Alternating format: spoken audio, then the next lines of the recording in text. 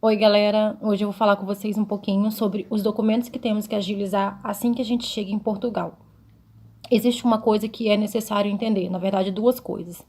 A primeira coisa é: nem toda cidade funciona do mesmo modo. Então, às vezes o que funciona para Porto não funciona para Lisboa. Por quê?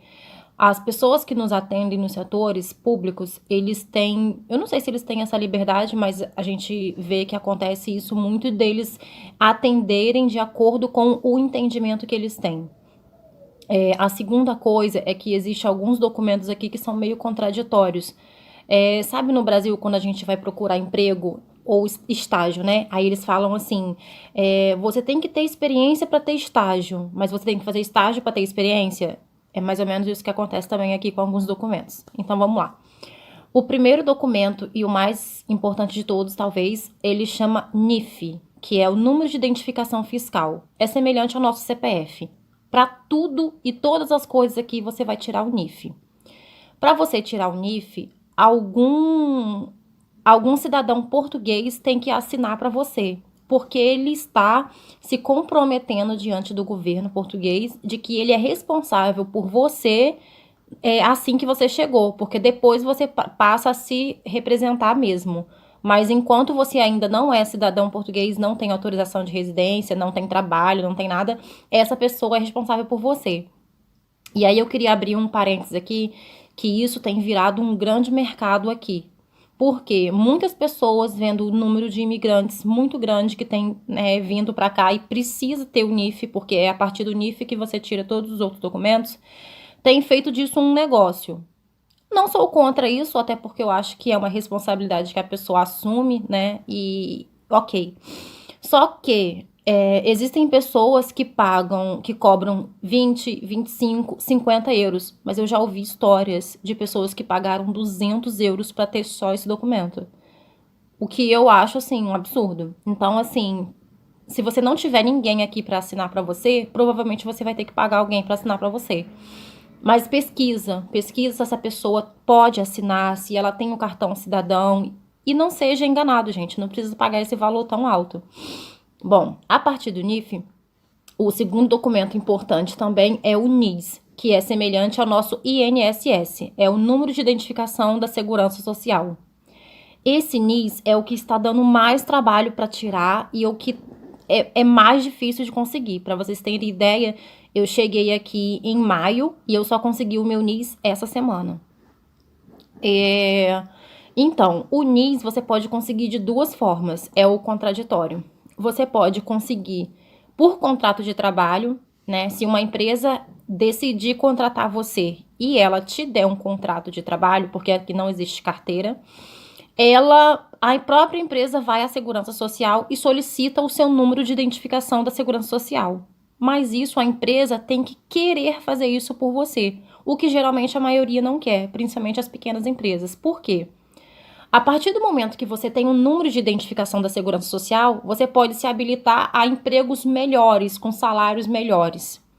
Quando você não tem esse número, você acaba tendo que aceitar empregos mais baixos, com salários mais baixos, até salário mínimo.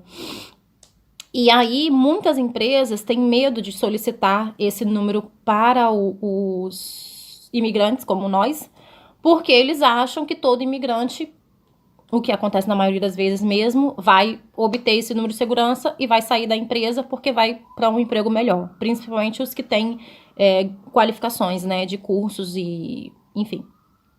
Então, a primeira maneira é essa, é a maneira mais rápida de se conseguir. E a segunda maneira é através dos recibos verdes. Os recibos verdes, você tem que ir até a autorização as finanças aqui de Portugal. E aí lá você pede para abrir atividades, que é semelhante ao nosso MEI, sabe? O MEI do Brasil que você trabalha e paga por si mesmo, como se fosse. Eu esqueci a palavra agora, mas quando eu lembrar eu falo. Enfim, é semelhante ao nosso MEI. E aí você abre atividades e você passa a emitir recibos verdes. E aí, quando você tiver 3 meses de recibos verdes emitidos, você vai à Segurança Social e solicita o seu número de NIF. Fez o NIF, né, CPF, fez o NIS, o nosso INSS, fez o recibos verdes. Se você quiser trabalhar em algum lugar, eu trabalhei com recibos verdes, Guilherme também.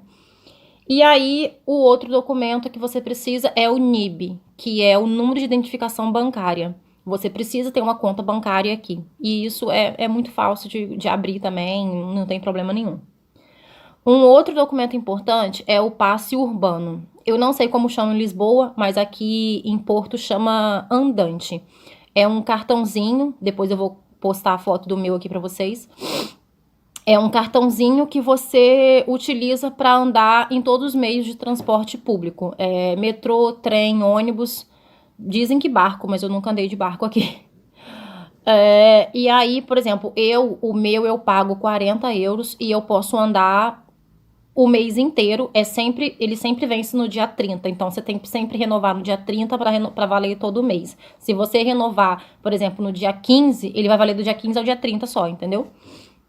Então é sempre bom renovar no dia 30 para valer o resto do mês. Aí eu pago 40 euros e ele vale o mês inteiro. E eu posso andar de trem, de metrô, de ônibus todos os dias, quantas vezes eu quiser, aonde eu quiser, em metrô, em Porto inteira. Existe uns que você paga o valor de 30 euros ou de 20 euros também. Acho que tem de 20 euros, não tenho certeza, mas de 30 eu tenho certeza.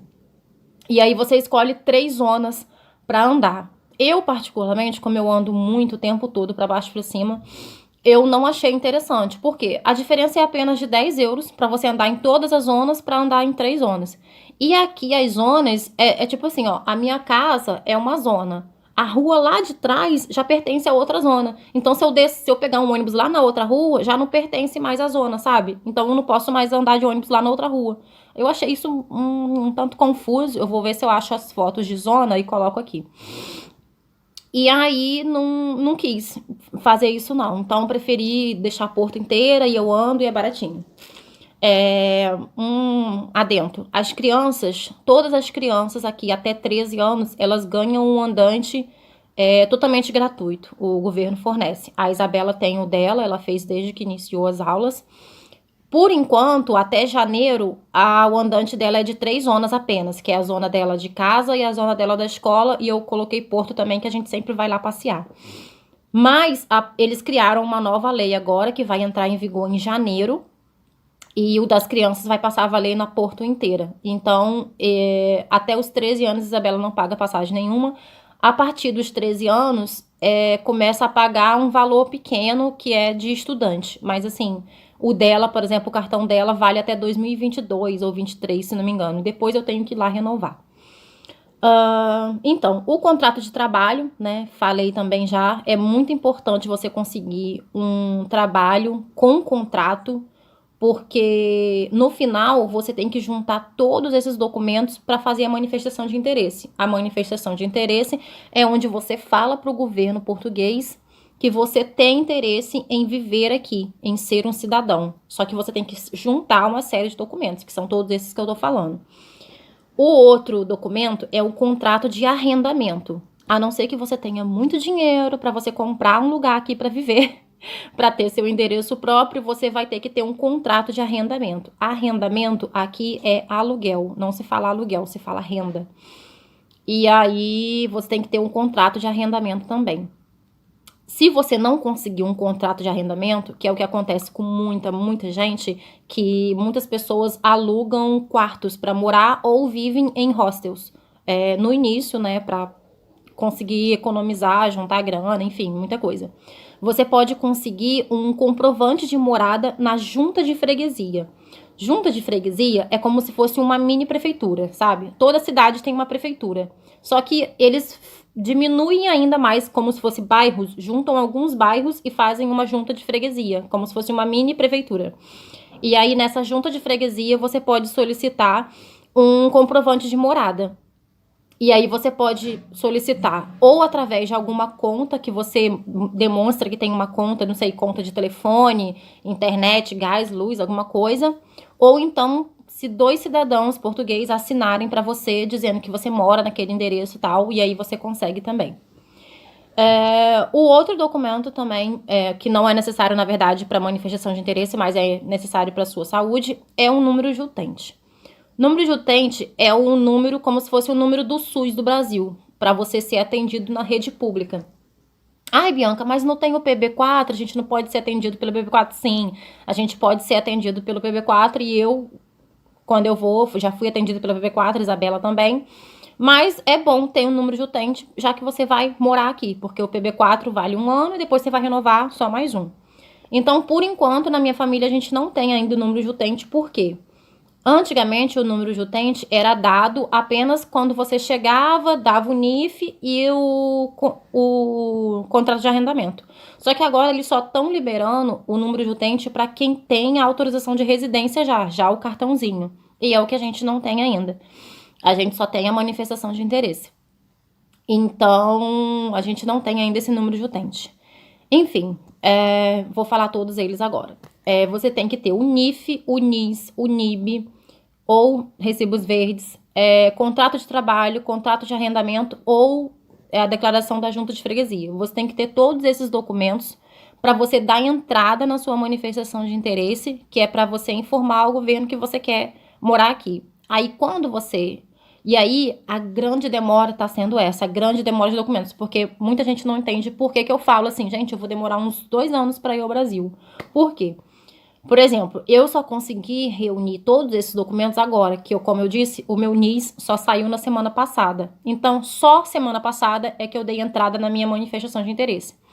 E aí, o CEF, que é o Serviço de Estrangeiros e Fronteiras, vai fazer a análise dos documentos para aceitar os meus documentos e agendar uma entrevista comigo, que é como se fosse aquela entrevista que a gente pede visto, é mais ou menos.